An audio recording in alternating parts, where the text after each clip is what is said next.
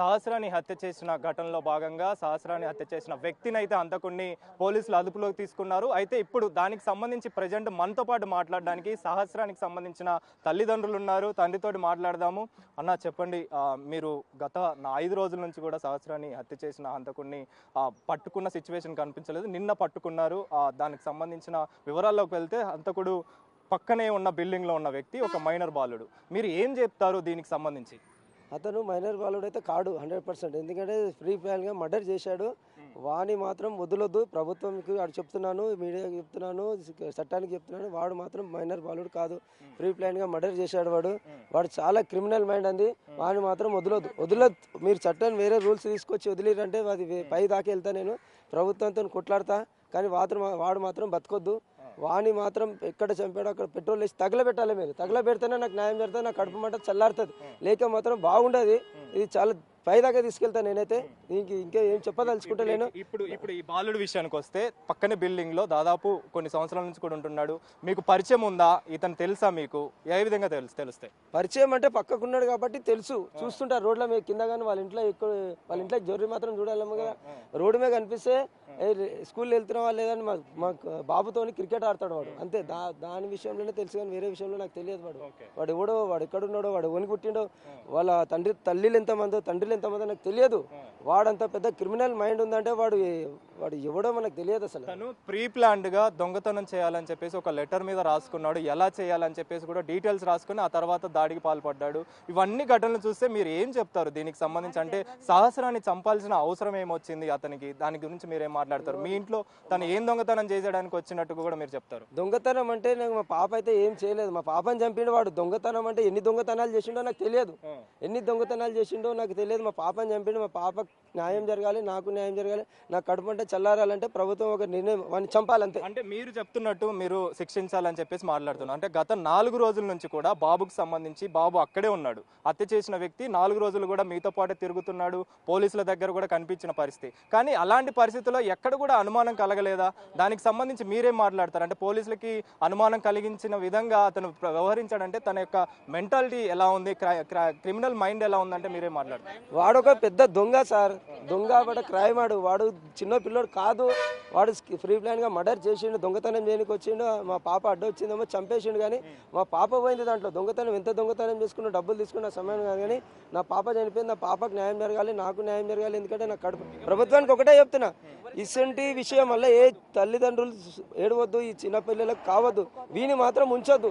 ఎవరి తల్లిదండ్రులకు కడుపుకోత రావద్దు. నేను బాధపడుతున్నా, నాకు తిరిగి రాదు. నాకు నా మంట నాకు దేవునికి. మాట విన్న తర్వాత బాలుడు హత్య చేశాడంటే అసలు మీరు నమ్మారా? అసలు దీనికి సంబంధించి అంటే ఇంత దారుణంగా, అతి కిరాతకంగా 20కి పైగా కత్తిపోట్లు తన శరీరం మీద కనిపించిన పరిస్థితి, అసలు ఇంత దారుణానికి ఒడిగట్టాడంటే మీరు నమ్మారా? దీన్ని ఏ విధంగా చూస్తారు మీరు? నేనైతే నమ్మలేకపోతున్నా. నేను షాకింగ్లో ఉన్నా చాలా. అసలు వాడిని చూడంగా నేనే ఆశ్చర్యపడిపోయినా. నేను అసలు వాడు ఏంది ఇంతగా క్రూరంగా తయారైపోయిన వాడు చిన్నపిల్లడు కాదు సార్. ప్లీజ్ నేను రిక్వెస్ట్ చేస్తున్నా, చిన్నపిల్లడు కాడు వాడు ఫ్రీ ప్లాన్గా 18 years అబోవ్ ఉంటాయి వానికి. వాడు వాళ్ళ తల్లిదండ్రులకు కూడా చెప్తున్నా, వాళ్ళ తల్లిదండ్రులకు వాళ్ళ ఇంట్లో అందరికి శిక్షించాలి. వాళ్ళ తల్లిదండ్రులు కూడా వానికి సహకరించారు. 5 రోజులు తిప్పిండంటే వాళ్ళ తల్లిదండ్రులకు తెలుసు డబ్బులు వచ్చినాయి, ఎక్కడిరా అని కూడా అడుగుతలేరు వాళ్ళ తల్లిదండ్రులు. వాళ్ళ తండ్రిదండ్రులు కూడా తింటారు. ఆ డబ్బులు తిన్నారు వాళ్ళు. 5 రోజులు తిన్నారు. ఎంత సార్? ఎంత పోయినాయి దొంగతనం? 85,000 బంగారం ముట్ల 85,000 తీసుకున్నాడు. ఆ తల్లిదండ్రులు అన్నం తిన్నారు కాబట్టి చెప్తున్నాను, వాళ్ళ తల్లిదండ్రులను కూడా శిక్షించాలి, కఠినంగా శిక్షించాలి. 5 రోజులు గడుస్తుంది. 5 రోజులలో తల్లిదండ్రులకు తెలియకుండా ఇది ఖచ్చితంగా ఉండదు అని చెప్పేసి మీరు అంటారు? ఉండదు ఖచ్చితంగా తల్లిదండ్రులకు తెలిసి ఉంటుంది. వాడు ఇంకా ఇంకోవరని ఉంటే మాత్రం పట్టుకోండి. పోలీసు వాళ్ళకు కూడా రిక్వెస్ట్ చేస్తున్నా. పోలీసు వాళ్ళు పట్టుకున్నారు. వాళ్ళని కూడా చాలా సంతోషపడుతున్నా వాళ్ళ విషయంలో. ఇంకా ఎవరైనా ఉంటే పట్టుకోండి సార్ ప్లీజ్. ఇంకొక విషయం ఏంటి అని అంటే బర్త్డే సెలబ్రేషన్స్ లో కూడా ఈ బాబు పాల్గొన్నట్టుగా కూడా తెలుస్తుంది. మీ బాబుతోనే కలిసి అదే స్కూల్లో చదువుతున్నాడు. సో బాబు స్కూలే అదే క్లాస్, అది కాదు 10th క్లాస్, తాను అదే స్కూల్లో చదువుతున్నాడు. Second class. మా బాబు సెకండ్ క్లాస్. ఒకటే గల్లీలో ఉంటారు కాబట్టి, పక్క బిల్డింగ్ లో కాబట్టి క్రికెట్ ఆడడం దానివల్ల వాడు బర్త్డే పార్టీలు అంటే వాడు వెళ్తుంటాడు. వాడు ఫ్రెండ్స్ తొలక రావాలనే ఆశతో తొలకొచ్చింది తప్ప వేరే ఉద్దేశం లేదు. ఎందుకంటే వాడు తెలియదు పిల్లోడాడు, వాడు ఇంట్లోకి వచ్చి అన్ని చూసుకుంటుండంటే ఎవరు గుర్తుపడతాడండి? ఆ టైంలో ఎవరు గుర్తుపడతారు చెప్పండి? దీన్ని బట్టి మనకు అర్థమవుతుంది మీ ఇంటిని ఎగ్జాక్ట్ గా అబ్జర్వ్ చేశాడు, అబ్జర్వ్ చేసి దాని తర్వాత లెటర్ రాసుకోవడము ఏంటి అనేది అది మాకు తెలియదు. డబ్బులు ఎక్కడ పెట్టడం జరిగింది దీనికి? అంటే మేము అల్మారీలో పెట్టుకుంటాం కానీ బయట ఇట్లా విచ్చలవిడిగా పడేయం కదా, డబ్బులు అల్మారీలోనే పెట్టుకుంటాం.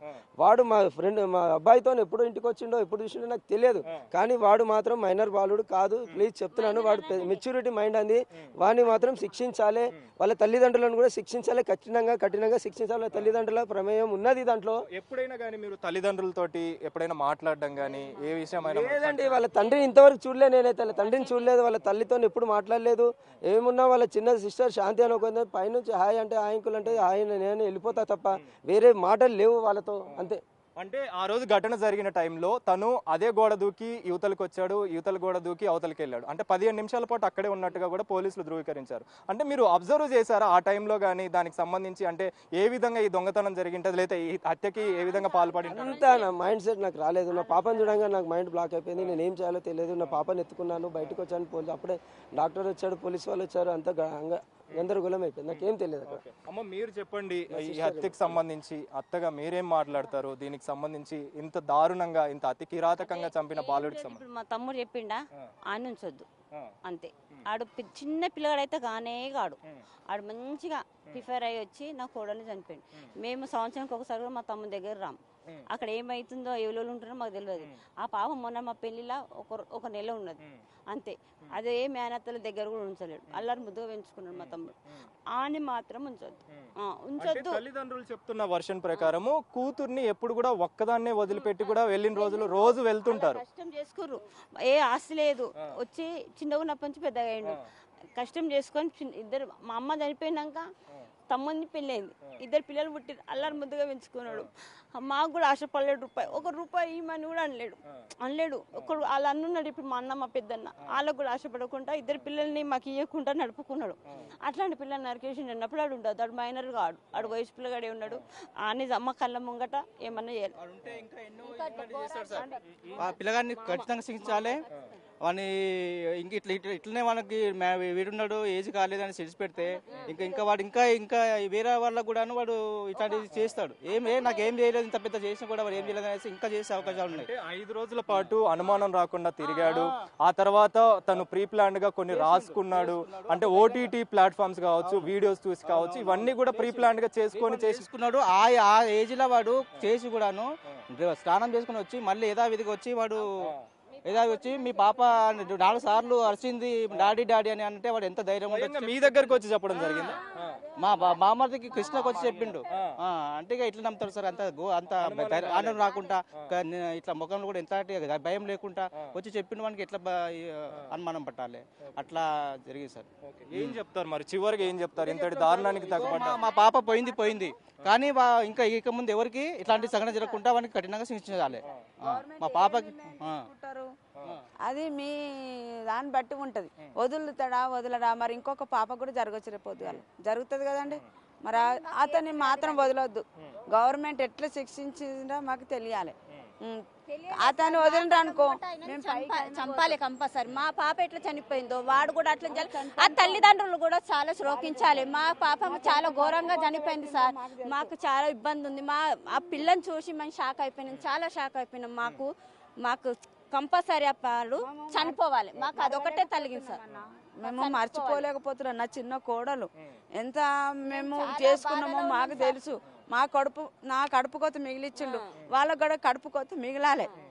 అంటే అమ్మ మీతోటి ఎలా ఉండేది సహస్రని విషయానికి వస్తే? అసలు తనకు నా తమ్ముని బిడ్డ సార్, చాలా మంచి ఉంటుంది. ఎంతటి దారుణంగా కలగనలేము సార్, మేము అసలు అనుకోలేము. మా వార్త తెలియంగానే పడుకుంటే లేసుకుంటూ వచ్చిన సార్, మాకు అసలు ఏది తెలియదు ఎలా ఉంటుందో మాకు చాలా. మేము ఇప్పటికి కళ్ళకెళ్ళి పోతలేదు సార్, షాకులు ఉన్నాం మేము. ఎందుకు చంపిండ్రు అనే బాధ మాకు అర్థం అవుతలేదు. వాడు అనుమానం రాకుండా ఎందుకు చంపిండు, ఏ విధంగా చంపిండు, అంత కక్ష ఏమది అది అర్థం కాలేదు మాకు ఇప్పటిదాకా. ఆ పిల్లగాడు దొరికిన దాకా అర్థం కాలేదండి.